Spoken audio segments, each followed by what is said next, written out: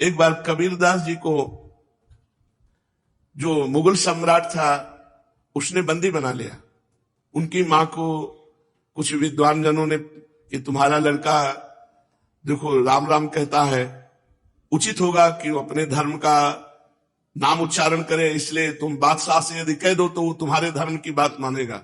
वो बूढ़ी माँ, उनको समझ में आया कि ठीक बात कह रहे हो। बादशाह से विद्वानों ने निंदा करके कबीरदास जी के लिए विपरीत भावना भर दी, बंदी बना लिए गए कबीरदास जी। तो इनसे कहा कि तुम इस नाम को छोड़ो। उन्होंने कहा नहीं, जो लगन लग गई अब वो छूटने वाली नहीं, तो उनका ऐसे हाथी से रौंदा दो।